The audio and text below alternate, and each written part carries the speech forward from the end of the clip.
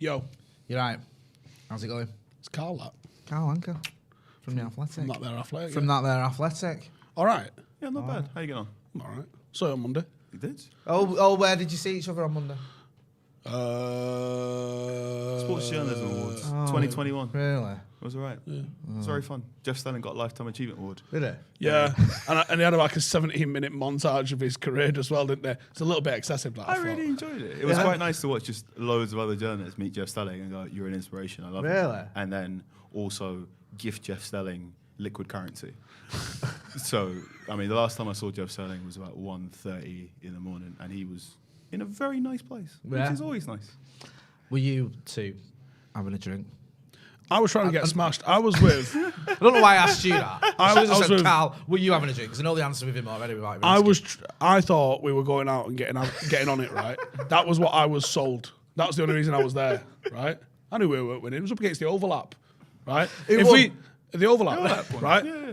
And I'll be honest with you, I'd have Kanye Wested it. I'd have been like, Gary Neville had the best YouTube video of all time, right? Yeah, but nice. The overlap deserved to win, so fair play to them. We didn't have a shot, in my opinion, so I was there to get fucking smash-ettoed. Nice. So that's what I was trying to do. It's kind of the rules. I'm playing Sandy Bottoms. I'm making sure anyone within arm's reach of me is finishing everything within their hand at an ungodly rate. I sent Ashley Williams a little bit under. Vegan, innit? Vegans can't drink, mate. And I'll Sandy Bottom him in with red wine. Every week we have these "Would I Lie to You" stories, Stephen. I sent Ashley Williams under at an awards ceremony. Anton wasn't drinking because he was given an award, so he was trying to stay sober until he'd like give his award out, which was like 9:30. So forget him. Like, so you just smash-a-rooned. Yeah, me and Will had a good old fashioned go at it. Yeah, good lads. And everyone else was a raging disappointment on our table. At least it was a Monday night, I must say. Right. Let's not pretend we got real jobs, Carl. My job's adjacent. Carl is kind of real, isn't it? It's kind of not as like. Well, you got to be anywhere at 8 a.m. on Tuesday, was it? Yeah, I got to the office tonight. That was good. I'm impressed. So who else were the big winners on this awards day? Because you got Talksport the overlap. won loads, didn't they? Really? Woodsy won. Was it female or just journalist? Sports Presenter of the Year. There you go. Second time in a row. Back to Congratulations to her. Yeah. Her career's flying, in it? Yeah, rightly so. Sky won a couple of stuff. Al Jazeera won one for a pretty cool documentary. Yeah.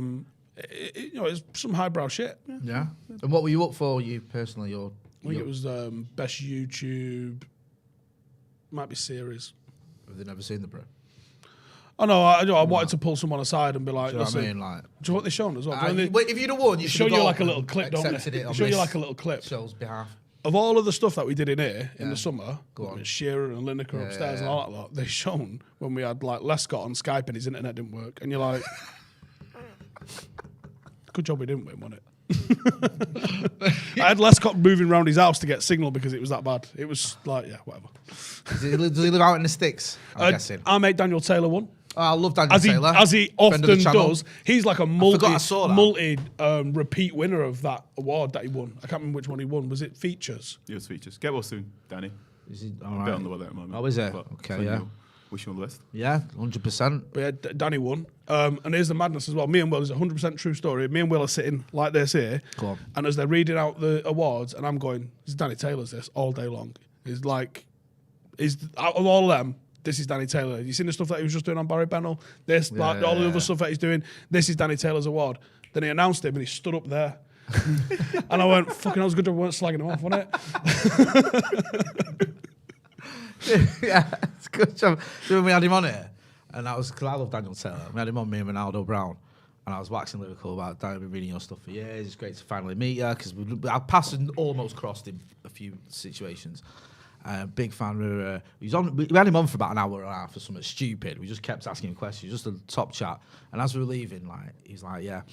Oh, he's like, I'll add you on Twitter. I'll follow you. And he's like, so where's Ronaldo? I'm trying to find him. And he found Ronaldo. He's like, he's not even following me. I could lie to you about Ronaldo and you believe it. I know. I was like, Ronnie, what is wrong with you? He's like, oh, I forgot. Daniel Kirk, who's in a super chat, says, really like you in the presser, Carl. You're the only one who asks questions about tactical setup and reasons for tactics. Doesn't happen. No. Also, what's Marcus like? That's a very expansive question. I know. What's Marcus like? Marcus is like what Marcus looks like in who he is. If you don't know, by the way, sorry, I should qualify that Carl co-wrote Marcus Rashford's book with him, so that's why he's getting that question. Doing another one, isn't it? We are doing another one. Yeah? It's scheduled to release this July. It's called You Can Do It. When it got announced, my friend did the "You Can Do It" in the Rob Schneider voice. You can do it, and now every time I think about the book, I get that in my head, which is great. And when I do get, when we are in the process of writing, and I'm like, oh no, maybe we've hit a crossroads. I just hear the "You can do it." Bit of motivation. That's what we do. Is that like, sort of talking about the tactical questions, and you're one of the few ones? Is that just natural for you, or do you see that and think no one's asking this, so I'm going to? Or is that just your forte anyway?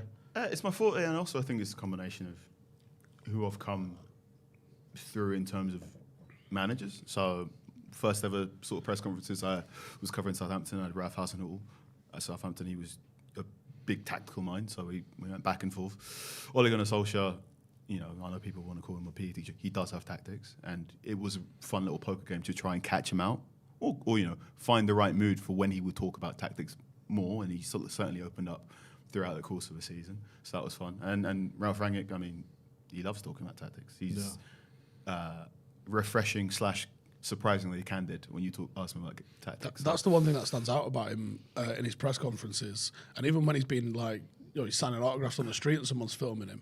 You could literally be like, I think you go to him and go, just go on, who are we signing? I think he might tell you.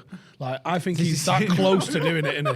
See, was that the one outside Old Trafford where the guy was like, about 3. Haaland and Koundé and Rice, you must be dreaming of something. Yeah. Like, you don't get that usually, do you, from managers? Like, because they've all got media brains, haven't they? They know, like, I'm being filmed, this could go anywhere. But he's like, I love that bit about it. Yeah, he's very refreshing in that sense. The other thing when you ask a tactical question as well is, you kind of have to semi-know the answer, semi-know that they're probably not wanting to give strategy for an upcoming game away. But if they've done something obviously different in that game, which you've got to analyse real time, which is hard to do, to then go and sit in the press conference and go, I think I know what you just did today, and then ask them about that.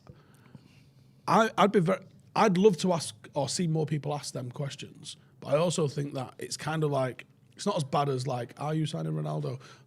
They're not going to answer. I think sometimes they don't want to answer those questions. There's an art to it. So with Solskjaer, he was not going to talk tactics after a defeat. You wouldn't. You've just failed, and so goes, why did you do this thing that led to a failure? Not many people are going to answer that. Whereas, especially when United won last season and it's something different. If you want to give a dog a pill, you wrap it up in a bit of ham and all that. If you like package the question just right, you might be able to get him on something about the different use on the wide players, or perhaps they started doing something in terms of build up with a different shape with Paul Pogba and what Cavani offered on certain things. I think that was the thing with him. And in terms of defensive stuff, the defense was very much more about personnel. So I knew after a victory, I could maybe get him in that press conference and say, this is what's happened. Or what I found, especially with Solskjaer, before a press conference, if you came to him with something he had said in a previous press conference, he would respect you because you were basically saying, I've paid attention to what you said 2 or 3 months ago. And therefore, he basically like, thank you for paying attention. I will honour you paying attention by giving you a correct answer here. So I think one of the big things we did was in November 2020, I basically went, mate, what's the plan?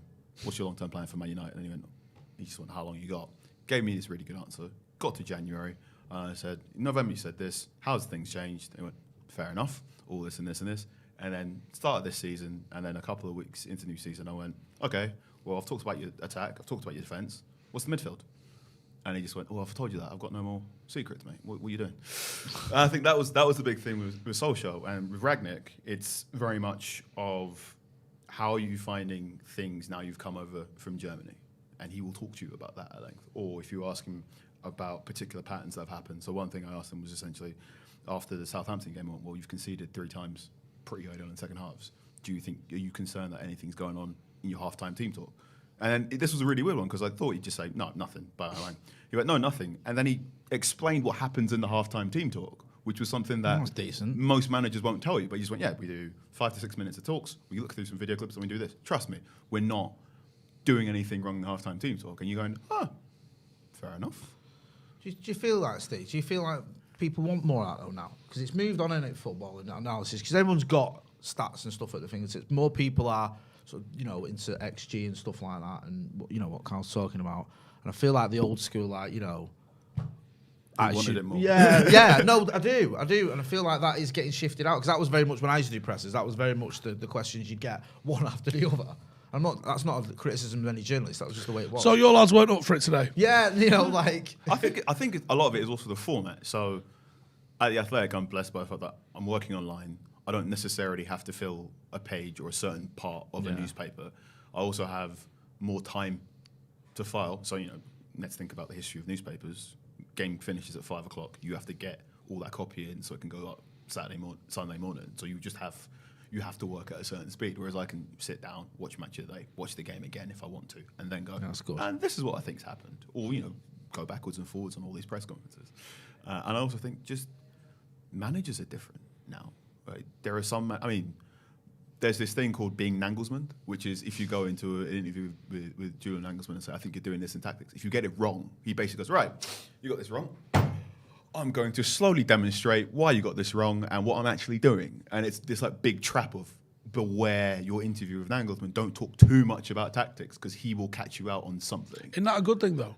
If you're not walk in and go, you're just playing 4-4-2. This is what Clough did in the 70s.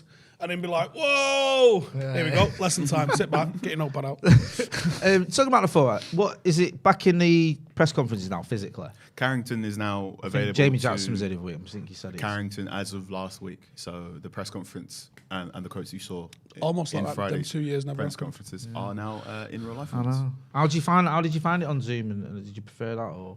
It's different. I think it's if you are listening, watching this video right now, and you want to be working in the football industry, I think the Zoom era is really good to watch because they all had to, they all record over Zoom. They all got put on YouTube. So if you wanted to figure out, how do I work on press conferences?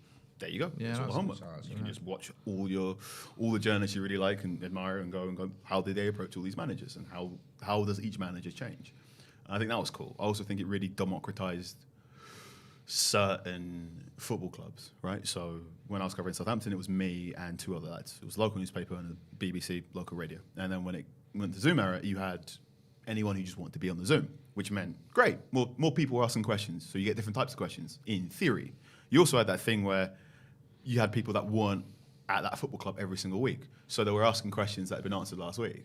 So, when I was covering Southampton, everyone was asking about the 9-0. And I was like, stop doing this. I've asked you about this last week. And with Solskjaer on United, it was very much, he had a very particular demeanour with the Zoom press conferences because you'd have the sort of all the Mancunians, all the Manchester-based journalists, and then you'd have a little segment where there were Norwegian-speaking people, and they might change or open up a little bit more, or like his approach there was a bit different, and that would completely change when it was a European press conference as well, because then you're getting Italian media, Spanish media, German media as well, and I think that was one of the big differences is that the manager essentially changes based on how big the crowd is, or at least if you're the manager of a super club, you need to understand that certain things you put out there can be used and will have a different effect based on whether you win or lose. There was one press conference Ralph Rangnick did, I think it was, I want to say maybe 4 or 5 games in, and they asked him, it was after the Brentford victory, and they asked him, you sub off Ronaldo, what's going on there? And Rangnick's on, it was one of those questions where Rangnick's first answer was very clearly, I know you're trying to trap me here and say something about dropping Ronaldo, I'm not going to fall for it. Nice. Swerved it, and then gave an answer to a different question. And then he kept talking, and he said something, and I went, right, that's going to get you in trouble if you lose this weekend. But they were, so it's fine.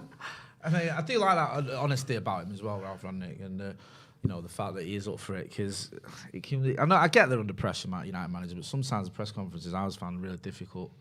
I did a few like Jose and David Moyes stopped us going. But Van Gaal was very up and down, very erratic, and it was very sort of like the press officers always on it as well. Like you couldn't ask a lot of questions, or they'd move it on very quickly. So yeah, it could be difficult. What do you reckon about Rangnick in the press conference? Are you a big fan of what he does? Less the press conferences, I think, with Rangnick. What I noticed with him is a lot of his post-match interviews are very honest, very detailed. And it seems like the interactions of bumping into him around Manchester, there's a few people that are just spotting him and just having top conversations with him. And I am jealous. Old school. Yeah. So we just start driving around looking for him. Where is it? Is it Lowry? Is it? Yeah. Right. So we can. It's not the first time we've done Go and something get like myself that. an £18 apple juice and let's have it. Yeah, let's do it. Let's do that. We've got some messages from our sponsor. So Today's show is brought to you by Spitch. Spitch is a free fantasy football game available to anyone in the UK or Ireland over the age of 18. Spitch is a great app because it allows you to enter teams for every single week. You don't have to be planning for the entire season. You have the chance every week to plan for that and win cash prizes. It's not just the Premier League. You can set up teams in the Championship, La Liga, Bundesliga, the Champions League, and many more. This week, there is a special offer available. If you go into the app and sign up, just like you can see on the screen here, you have the chance of winning some amazing prizes. Set up your pitch for this weekend's Premier League fixtures, and you'll be in with a chance of winning an Apple Watch, AirPods, gift vouchers, and many more prizes. You don't need to enter any card details, just click on the link and sign up to the app below. Remember, you do need to be over the age of 18 and make sure you check out the terms and conditions.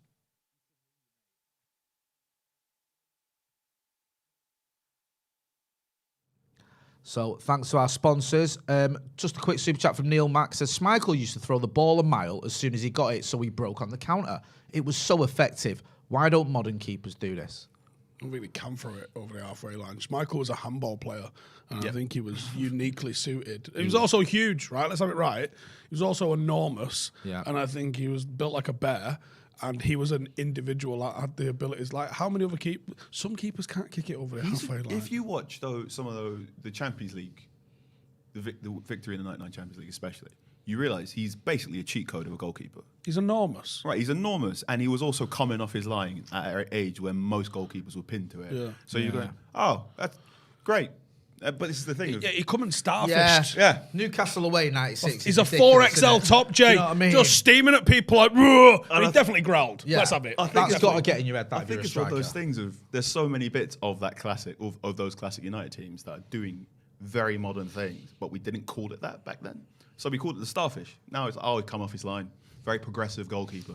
Back in starfishing. Or if you watch all of the match of the day, Alex Ferguson's team, very good at closing down in pods.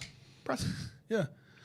I know that United was pressing because there was a player from the late 90s that was telling me that it was like you were never allowed to let them turn, you were never allowed to let them take a bad touch, you had to be on them, and that's all it was just a different terminology. But if you watch United in Europe, my dad still moans at it, the two banks of four, it's a low block. Yeah. And you see United controlling a game by playing a low block and then trying to counter from it. If you go and watch a lot of, like, Fergie gets labelled as a motivator sort of manager. Which I think he was a tactician. I think he enjoys that.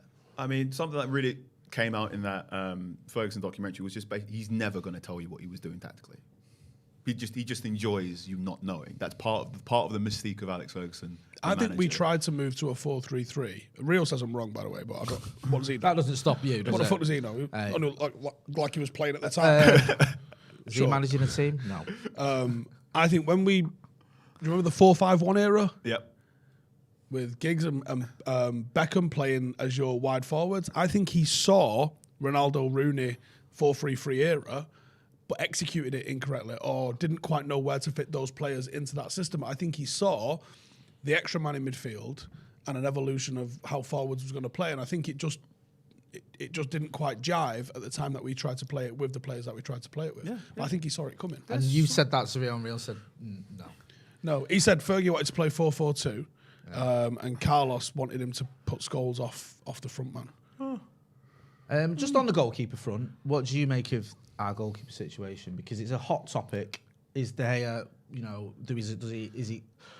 is he good enough at his distribution and commanding his area to justify being in the team? I'm going to be really mean here. Yeah. This is a problem that should have been solved in the summer.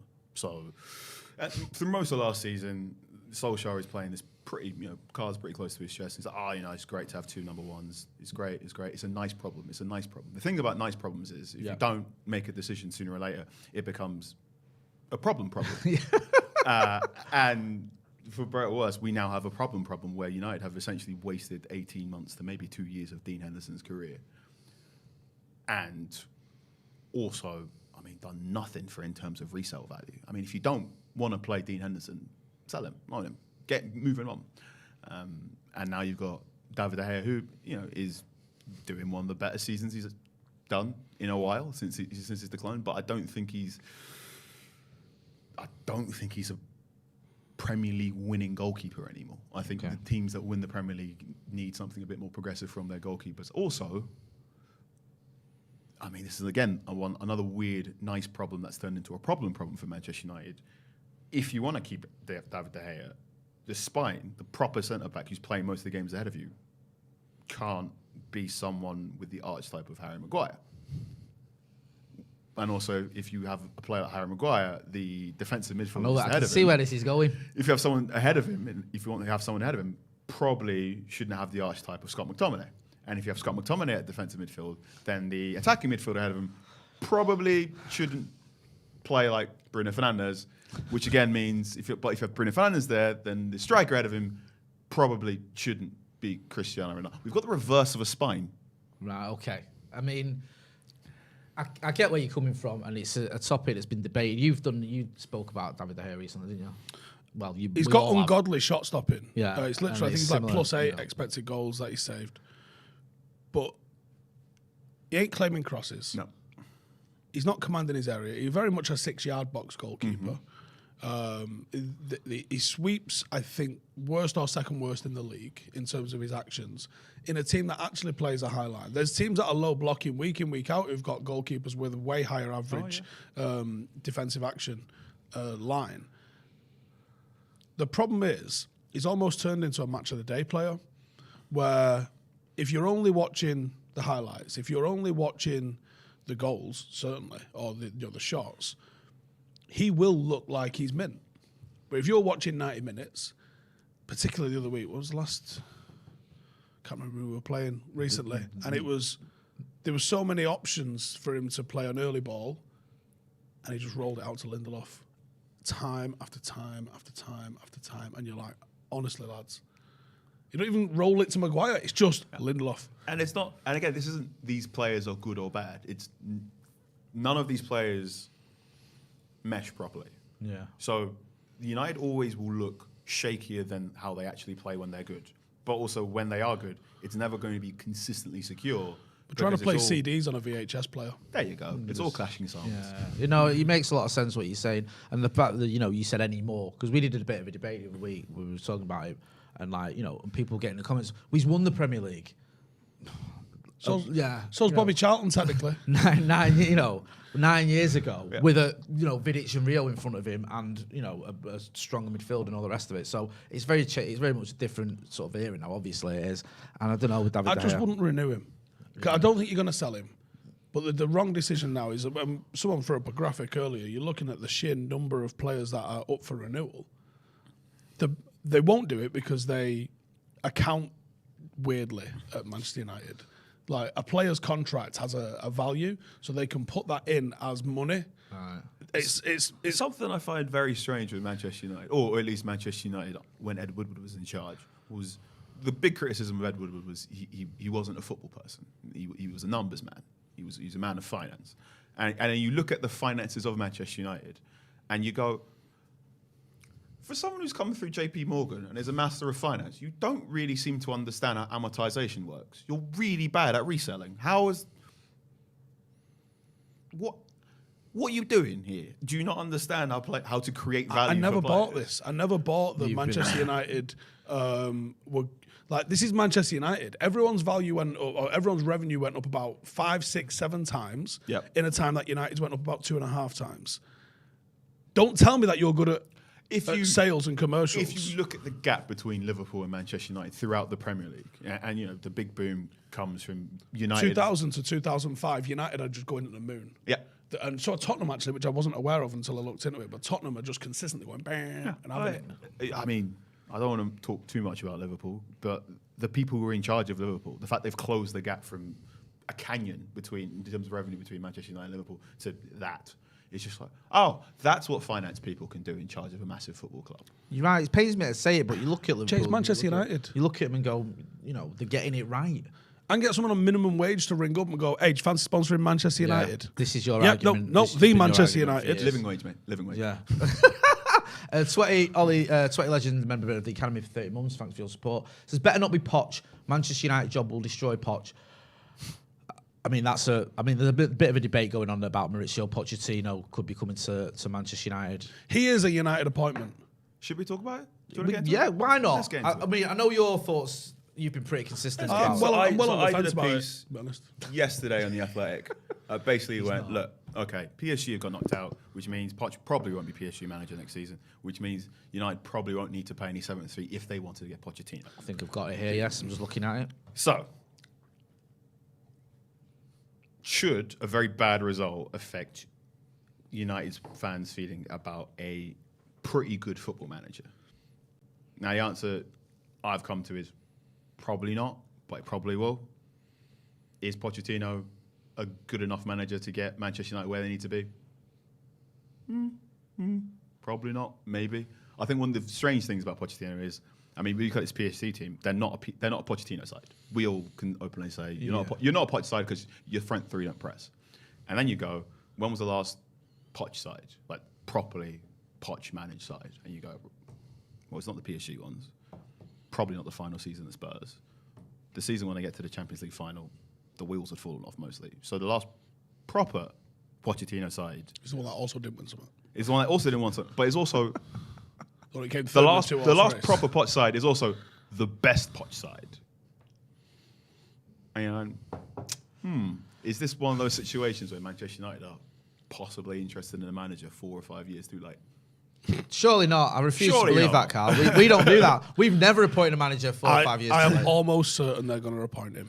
Do you think, well, what about Ten Hag? I thought Ten Hag was like numero uno and all that, and I can buy into that. The fun thing is, I mean, for all the talk about, oh yeah, Pochettino, you don't have to pay severance fee. Ten Hag's current salary at Ajax is a lot cheaper. If you want to just buy the cheaper manager, then that logic would That's probably lean you closer to getting Ten Hag. That's because where this his United severance fee would be money cheaper. and finance expertise just falls apart. Because like you said, we spend money on mental things. We spend money, and we literally might I as well didn't say set that, by the fire way. to money. I didn't say that. No, I it's said I didn't sorry. understand what I said. You said that. I absolutely He said says that. it constantly. We are like, the only thing that was impressive that United have done on a commercial front is selling the naming rights to Carrington, which is down a private road and no one's allowed to go. That's the only thing that impressed me. Like, you've done what? Fucking well done, Brad. You have a day off. I'm impressed by United's. I'm going to call it hesitance to get involved with NFTs. I know they're doing a little bit of a crypto. I'd rather blockchain they thing, didn't as well. But I like the fact that United have gone, no, we're going to keep our powder dry here. That's not what they've done. They just take 4 years to approve anything. yeah. Once the arse falls out of the market, you United better will be believe we'll like, have we'll have a NFTs. bit of them. We'll go and speak to John Selly about this. But He's there's got a things good like, take on it. I've been saying it for probably nigh on 10 years. United should have looked at what Netflix did, made a Netflix library of every Manchester United game because the club has the rights to those under MUTV, and said, right, just advertise it. Hey, do you remember when we were top? 'Cause it ain't anymore. Why don't you go on a YouTube ride or MUTV tube ride and watch the whole 1991 Cup Winners' Cup run? Or watch the whole 99 run. What, we've got every DVDs of game, every minute, every goal, every corner, every red card. It's all on there for $7.99 a month. So-called 600 million fans worldwide. We're not even getting a pound out of each one. That's shit business. Carrie Spratt says, what is Carl's relationship with Ollie now that he's been sacked? Has he talked to him at all? Have you spoke to Ole Gunnar Solskjaer? Been on any since- dates with him? Right? Yeah. Unfortunately not, no. No. He's still local, though, isn't he? He is. Yeah, he was at his daughter's game. He the was other at day, his wasn't game. he? Yeah. There's been correspondence through correspondence, Okay. shall we say. Fair enough. Wish him all the best. No, I think I echo those sentiments. I think whether you're a big Ollie fan or not as a manager, you wish him the best, and he tried his best, and he came up short for a multitude of reasons, but he's always going to be a United legend, obviously. Just a couple of presser quotes we can get into. Amazingly, some of them about Cristiano Ronaldo, which you'll both be shocked to hear. Ralph Randick said, I haven't asked him if he's happy at Manchester at this club. He's fit again. Sorry. Yeah, I've just seen this on. Do you want me to say that out loud? No, I'll just show Carl. Show Carl because show him. I saw it in the comments and I've not mentioned it because I didn't know if it was worth mentioning. But yeah, Like I keep saying though, that I don't know. I'll have to speak to the source of that myself. He says on Ronaldo. I haven't asked him if he's happy at Manchester at this club. He's fit again, resumed training yesterday, and we shall see which formation we will line up with tomorrow. I mean, the whole Ronaldo thing. What have you made of that? The hip flexor thing. Is it just he had an injury, he wasn't playing, or is there something more sinister? I'm going to take that at truth until I have given evidence to not take it at truth. Fair enough. That seems like a reasonable I mean, response. he's a load of old arse, to be honest. You reckon he got dropped? I haven't got proof of it, but Exploded with rage. My suspicion is it was a strop.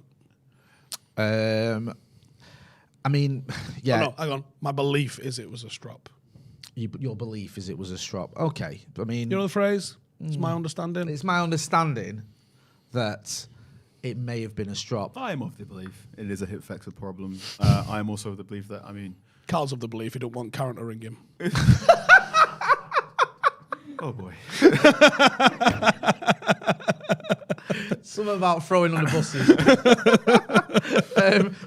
Yes. Stevie86H. Oh, it's a super chat. You got to read it out. Webby is saying that Poch is going to be the next United manager due to a source. I won't. Ten Hag up the paddock. Right, just getting into this. The talk for the longest time has been that Pochettino wants Manchester United, and I believe that is cast iron. Yeah. Put a bow on it. I'd The go problem is, I think, and I kind of hope, this is a little bit of a Morata-Lukaku situation where United are going to go down the aisle with both. Okay. And then go surprise bitch at the end when we pick one of them. Yeah. Do you remember those? I hope it's the days bald fella. where it was Morata and Lukaku? Those are the two choices. Aye. Yeah. 3FHW says, we always talk about where we need to be, but we can't even stay in the top four regularly. Let's focus on being a consistent Champions League side again. Poch or Ten Hag will work with enough time and support. They won't get either. It's the thing, with enough time and enough support. Yeah. All right, You just nailed it. Those three would do it. How much time do you need, and how much support do you need? Because also, go on. the type of support Pochettino would need is slightly different from the type of support Ten Hag. I think Ten Hag would look at this like class of 22 lad coming through and go, "There's something I can work with there." I think both of them would. I think both of them. I mean, if you want to look at the major differences between them tactically, it's to do with their wide players. So, and I might do this at some point if it does properly get confirmed.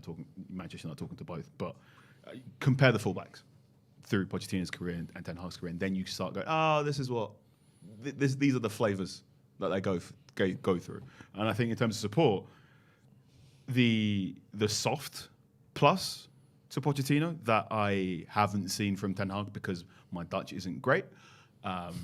It is to be. I mean, Poch is in the nicest way, not always nice, and he's not afraid of butting heads, and he's not afraid of going into somewhere and going, no, this isn't working. Sort this thing out for me, XYZ. Whereas Ten Hag, due to the fact that Ajax are an incredibly well-run club, I don't know if he's got a bit of a bastard to Or it. if he's needed to. Yeah. Or if he's needed to. And I think if you definitely have to book that on his flight to Manchester. And I think that anyone when he who has to book his own flight to Manchester because the club have forgot to book him one. and I think anyone that wants to be Manchester United manager right now will probably need to be able to argue. We'll probably need to be able to argue, and not just to argue on the case that they're right, but probably need to argue just as I am going to argue, so you understand I run this business now. And I have, and again, I'm not saying Ten Hag can't do that. I'm saying I've seen more of that from Pochettino throughout. There's also some. Rio was obviously in Paris last week. Some of the people with Rio were saying they were shocked at the aura that Pochettino had. Said doesn't translate through the TV. Didn't expect it, but when he was there, you were like, he's got an actual presence about him. Deeply charismatic man. I'm not which sure I never, use, but fair enough. I didn't expect that. Yeah. And then the other thing that I'm kind of hearing through people with Ten Hag kind of connections is Ten Hag actually doesn't.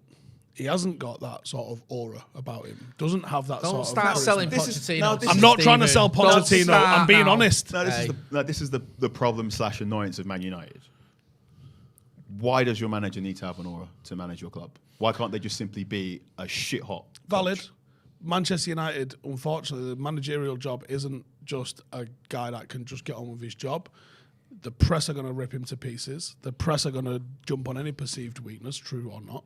The fan base needs that. It's an ambassadorial figurehead as much as it is the guy that picks the team and dictates tactics.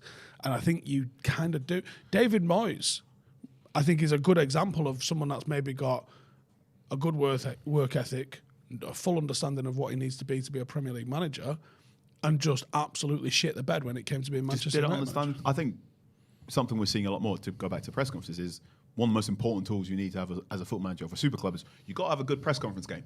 You've got to be able to... David Moyes fell at the first hurdle because I was there for Alton Bailey.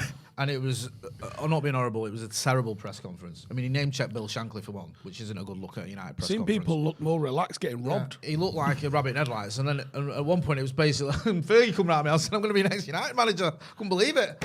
If you listen carefully to all the words he says, he never actually accepts that job. He just goes, No, you got told. okay. Yeah, he's worrying about the fact he's sat in his jeans and T-shirt, and you're like, what is this? I think anyone How is this the man taking over the greatest manager in the history of association football? What are we doing? But people like me go, oh, you know, we'll be all right. He's Scottish, don't you? Yeah. Fergie knows his family. What's his qualification? Scottish. I didn't see him in a suit You yet. try Like, and he does convince look good in a yourself, suit. you know, this 6-year deal we've given him, it'll work out well. I mean, the thing about United is, anyone listens to this, any United fan should just one day get out a piece of paper, things I want for a Man United manager, and just write them all down, and then look at it and go, are all the things I've written down things a football manager does, or can some of those jobs be deferred and thrown out to someone else? And if they are, then you should go, why aren't my football club finding ways to defer and compartmentalise and get those things out of the way to anyone else? When I'm in the shower and pretending I'm a club executive of Manchester United, because that's what I do, because I'm a strange young man. One of the Wait things, to wreck a shower. yeah, one of the things I do is I go, right, pick a manager who you think is vaguely impressive in the bottom half Fuck of the Premier that. League. Give me the top 5 things that you're doing the day that Carl Anka gets appointed as CEO of Manchester United. Go. Good suit fitting, for one. Yeah. Yeah, fair play. need that. Good answer. Are you going with a black on black blazer? Because I think that with a black blazer with a black badge would Yeah, look. sort got a that lot out. of part. The colour one's good with the grey slacks, but let's take it to 2022 a little bit and let's go sharp black. Maybe even with like a bit of a navy tie going on. Yep. Maybe a little bit of red front in Try and do Little bit of red to speak Anka. about uniform. I try and make sure at least one change kit is all black. Again, of aura of just we're nasty. We were the first team to do it as well. We're nasty little so and so's when we play in black. I'm going to go away and beat you all up. 2 good moves on your first day in the job. What else? One thing I'm also going to do is like, right, we've got a really good women's team here, and at the moment, women's team is actually going to go here. We can do the thing we did in the 90s with our men's team, where we're historically good before everyone else realised to be historically good. Let's do that women's team really quickly right now. That's a 180-degree turn for how it's been run. Yeah. And then that's a winner. Let's get on the phone with Casey Stoney and apologise for everything your predecessor did. profusely Right, apologise you've got to a Casey vote winner Stoney. there. Yeah. There's a and new Bentley then- coming as well. Yes. Next CS1 on the agenda, registration. Old Trafford. Let's sort that out. Last time I was here, I was talking about. What are you saying? Karcher and a baby wipe? Or something a bit more substantial. I mean, get the Wi-Fi sorted out. Just Now you're just talking crazy. Carl. yep, So do that. sort And the then- Wi-Fi out, United. What are you on about? And then I'd play basically a. Let's say I'm doing it in for the summer when I get a new head coach and whatnot. I'd just get the whiteboard out and go, right, anyone in this room, pick a good manager in the bottom half. And Potter. Oh, this one. All right, this man isn't coming as the head coach because of what? And then just make them all list their things. Oh, he hasn't got the aura. Oh, he hasn't got this. Oh, I'm not sure he's got this. He's not sure he's got this. And go, all right, you, and you, and you. You fix those problems. So one day, someone like that can be this manager, right? If you are a Man United fan and you say this job is too big, or you say the shirt is too heavy for the players, you shouldn't be proud of that. You should be going, why isn't this club one of the biggest clubs in the world, one of the greatest clubs in the world, one of the historically relevant clubs in the world? Why aren't they doing everything in their power to make this job as easy as possible for the special, talented people that come into that club, right? I do a podcast with Ian Wright, and he says back in his day when he was playing against United, the thing that always scared him was you met a good United player and you knew you were going to have to play that guy for 10 years. Because they sorted out, they were going to sort out everything. It was going to be a quality of life, and you just knew that guy there, he's going to be well rested, his food's going to be taken care of, his dentistry's going to take care of, and you're like, oh God, you're never going to be like on a bad day or a bad run of form when you Do you know play what the Man issue United. is? So I will get super chats in we a minute. know I that there's people are players waiting. with poor diet. We know that there's players with that aren't doing extras. We know there's players that are having to seek out their own strength and conditioning on top of the club. That's a joke. The fact that all of that's not completely thrown at the players, demanded and made sure to happen. The fact that we haven't implemented anything cutting edge on the football side of things since 2001. The fact that we only just reappointed a sports psychologist following the Bill Bezic going in about 2000, by the way, right? 20 years without one.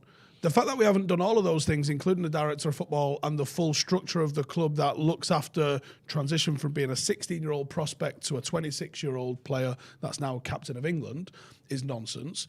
But what it tells me is the fact that the club spared no expense in getting an office in Mayfair to woo sponsors, and we've not spared any expense on our playing side, women's side, or doing anything with the fucking cliff, which should be a shrine to everything that Manchester United represents, tells me that the board, the owners, and the CEO have got their priorities completely up their arse. I can't argue with any of that, to be honest with you, Stephen. And it will never change until the day someone comes in at Manchester United and goes, we're a football club. People come through the door because we're good at football, not because we were good at football 20 years ago. We have to get good at football, and you have to put the structure in place for us to get good at football. And all of the things that you're saying will fall into place.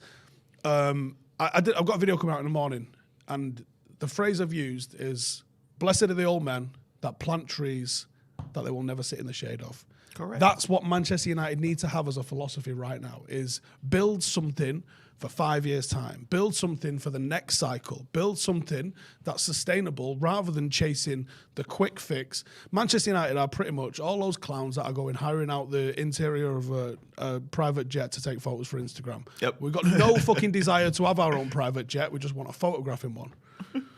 Yeah, very true. Well said. Daniel Kirk, who asked the question, what seems like an eternity ago, about Peter Schmeichel, made the comment. He said, Your favourite player, NJ? Yeah. He's literally my sixth favourite ever Manchester United goalkeeper. Very precise. Yeah. Daniel Kirk says, agree with you about distribution, but I think Henderson is tragic. So Go on, I'll let this is the you thing about pick Henderson. up on that.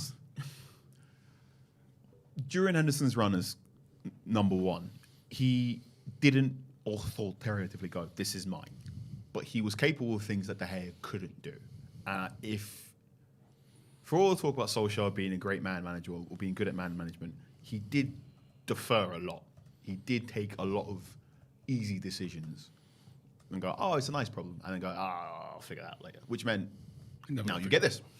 And I think when it gets to the end of that season, you basically go to De Gea, Europa League final or whatnot. You say, look, you're not playing the Europa League final. Henderson's the guy. And he's basically go, we're going to either loan you or find a way to move you on, because even though Dean Henderson might not be the guy in 5 years, he's going to be the guy in the next 2 or 3. And we're just going to have to run with that. We're going to find someone to, either Henderson kicks on or you find someone who's better than Henderson, rather than this to and fro between De Gea and whatnot. Again, that's another director of football thing. If the manager's not strong enough to do it, and you've gone through a succession of managers that haven't been strong enough to do it, the director of football, with the permission of everyone that knows what they're talking about at the football club, needs to make decisions for the long-term benefit of the football club. Yep. If let's say a manager's in on a short-term contract, let's say Ralph, for example, and he's like, and listen, I just need to win these next few games. And I'm going to do that with De Gea because he'll be shot stopping. But you go, but I want to play this style of football in 3 years' time. He's preventing me doing that. He's got to get the bullet. There's a lot of problems Manchester United are dealing with in 2022, because in 18, 19, 21, and 20, they went, I'll be fine. Don't worry about it.